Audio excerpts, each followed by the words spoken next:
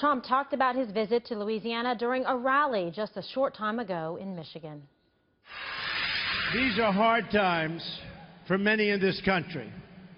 I just got back from a tour of the suffering and devastation in Louisiana. Perhaps you can tell by the way I'm dressed. Just got off the plane. It was actually incredible. The spirit of the people is incredible. The devastation, likewise, they've never seen anything like it. But the spirit of the people is incredible. And honestly, Obama ought to get off the golf course and get down there. Former presidential candidate and Donald Trump supporter, Dr. Ben Carson, goes on the record. Thank you, Dr. Carson, for being on the program tonight. And I think a most auspicious week for the Trump campaign.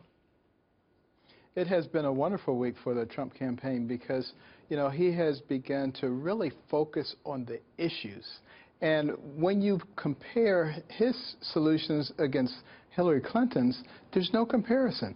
For instance, you know, she says, take the pie and divide it up evenly and redistribute it. He says, let's make lots of pies so that we can have pie for everybody. You know, that's the kind of spirit that made America great in the first place, creating the right kind of atmosphere. That's what he's doing. All right. Well, now, what do you think about some of the recent changes? You know, a lot of discussion about that with, of course, Kellyanne Conway coming on to the campaign. The, I guess, you know, now resignation of Paul Manafort, who was obviously helpful to the campaign during those crucial primaries and with the delegates. Your thoughts? Well, you know, it's like a relay race, an appropriate analogy since we're just in the Olympic period. But, you know, Corey was a great first leg of the race. He did something that no one else has ever been able to do before. And then Paul came along when there was a real delegate situation, and he was able to do that along with the convention. And now it's time for the finish, and you bring in the people who are going to be able to do that. You know, Donald Trump himself has been gradually recognizing that he does need to spend a lot more time talking about the issues and less time giving ammunition to those who wish to destroy him.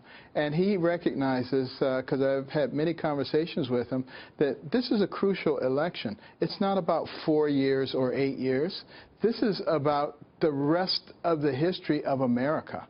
And, you know, the people who are the Never Trump people, who are Republicans, who can't quite get past their own personal feelings, really need to stop and think about their children and their grandchildren and the future of this nation. And when you see in moments of crisis like this and great struggle and strife with the tremendous suffering in Louisiana, you see Donald Trump going there, stepping up, reaching out to the family members, and the juxtaposition of the President of the United States not going, but of course now he has a trip planned there. Well, certainly everybody has a right to live their life according to their priorities. The only responsibility we the people have is to look at the way they are living their life and what they're doing, and that tells us what we need to know. So this is actually very revealing for everybody. I think it's absolutely spectacular that Donald Trump was willing to go down there, because you look at those people, thousands of people whose lives have been literally turned upside down. They are devastated. It is so comforting for them to know that someone, you know, in the hierarchy of this country is willing to come down and see what they're talking about. And this is something that you're going to see a lot more going forward over these next several weeks. Yeah, you know, when you think about it, it's not so long ago, and sadly it's a memory that sticks. You know, when we had that, one of our Americans, you know, beheaded, James Foley, with the image, you know, of the president on the golf course, it's disturbing to people. It really speaks volumes, is what many of the people are writing and talking about today. It really does. And, you know, basically, we're all in this together. We're all in the same boat.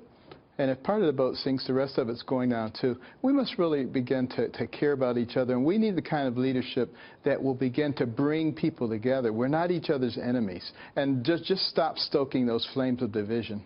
All right, Dr. Carson, can the Trump campaign get it done? We've got, what, 80 days left?